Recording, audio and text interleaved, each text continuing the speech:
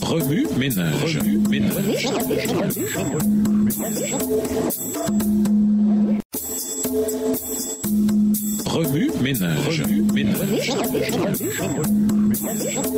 Bienvenue dans votre émission.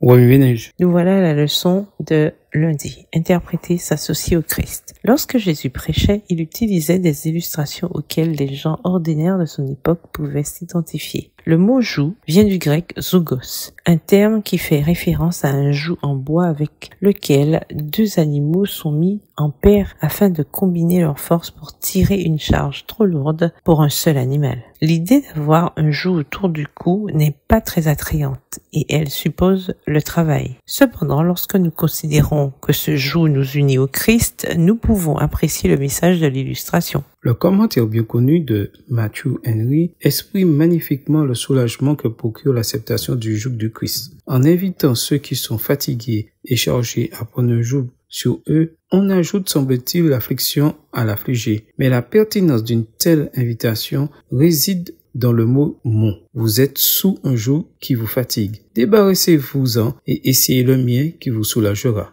Écrit par Matthew Henry Hendrickson, 1994, page 1607. Le joug du péché nous entraîne dans une lourde servitude, l'un des objectifs de Satan. En traçant notre propre voie, nous nous égarons et sommes entraînés dans toutes sortes de directions erronées qui aboutissent souvent au chaos, à la souffrance et au désastre. Lorsque nous avançons seuls dans la vie, la peur, la honte et l'amertume nous envahissent. Jésus veut nous libérer de ces fardeaux pénibles. En rejetant le joug de ce monde et en acceptant celui du Christ, nous nous lions à quelque chose de meilleur. En portant le joug avec le Christ, nous permettons à ce dernier de marcher avec nous et de porter avec nous le fardeau de la vie. Il arrive même qu'il le porte à notre place. Prendre le joug du Christ, c'est se soumettre au Seigneur et obéir à son évangile.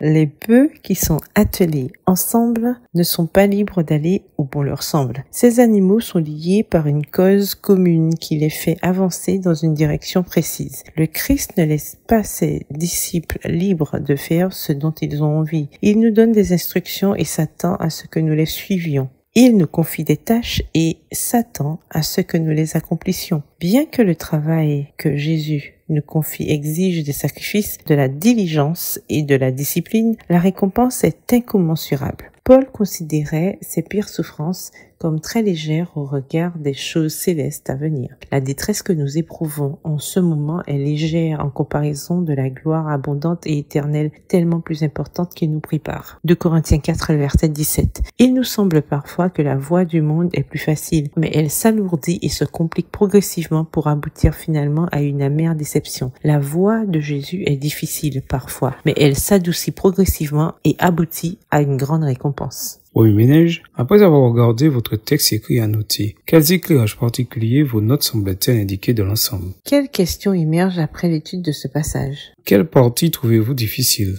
Quels autres principes et conclusions découvrez-vous? Quelles sont les choses qui semblent plus faciles sous le joug du monde? Quelles sont les choses les plus faciles sous le joug du Christ? Quel joug choisissez-vous? Au revoir. Et à demain si Dieu veut.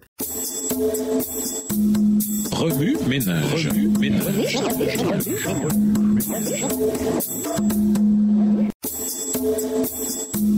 Remue ménage.